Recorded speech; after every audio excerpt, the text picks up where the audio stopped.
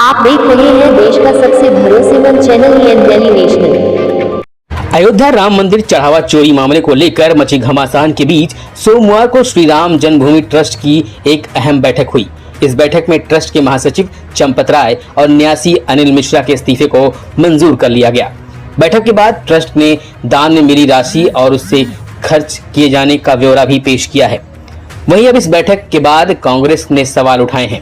कांग्रेस नेता सुप्रिया श्रीनेत ने कहा कि श्री राम जन्मभूमि तीर्थ क्षेत्र ट्रस्ट ने चंपत राय और अनिल मिश्रा के इस्तीफे स्वीकार कर लिए और साथ ही उन्हें क्लीन चिट भी दे दी। उन्होंने सवाल उठाया कि जब ट्रस्ट के कोषाध्यक्ष स्वामी गोविंद देव गिरी खुद कह रहे हैं कि दोनों ने कुछ भी गलत नहीं किया, तो फिर इस्तीफा लेने की जरूरत क्यों पड़ी। उनके मुताबिक यही सबसे बड़ा सवाल है जिसका जवाब मिलना चाहिए।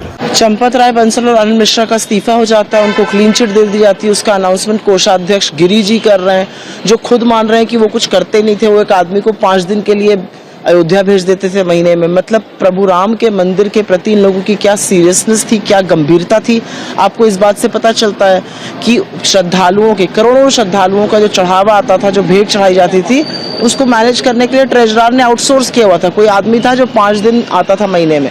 और सबसे बड़ी बात यह है कि आरएसएस का इसमें पूरी भूमिका है। चंपत राय को किस हिसाब से इस्तीफा दिया गया, अनिल मिश्रा को किस हिसाब से क्लीन चिट दी गई है। और दूसरी बात यह है कि जो कृष्ण मोहन बनाए गए हैं, जो उत्तर प्रदेश पूर्वी के आरएसएस के प्रभारी होते थे, जिनको अभी महासचिव बनाया गया है, उनकी खुद की भूमिका भी तो संदिग्ध है। सारा ट्रस्ट जो था, उस ट्रस्ट की विश्वसनीयता क्या है, वो पूरा ट्रस्ट इस चोरी में शामिल था। आपकी नाक के नीचे चोरी होती रही, आपको पता ही नहीं चला। और आज हालात ये हैं कि आप यहाँ पर आकर एक दूसरे को क्लीन चिट दे रहे हैं। ट्रस्ट को भंग किया जाना चाहिए, ट्रस्ट की कोई विश्वसनीयता नहीं बची है। और सबसे बड़ी बात यह है कि ये ट्रस्ट प्रधानमंत्री मोदी ने बनाया था, चुन कर लोगों को डाला गया था, सब आरएसएस से संबंधित लोग थे।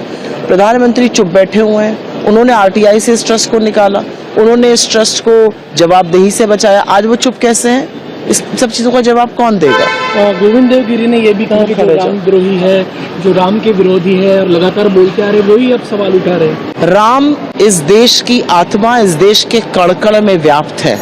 प्रभु राम इस देश की नैतिक धुरी है, मर्यादा पुरुषोत्तम कहलाते हैं। राम के नाम पर जिन लोगों ने मंदिर को लूट डाला, वो हमें अकल सिखाएंगे, वो सर्टिफिकेट देंगे।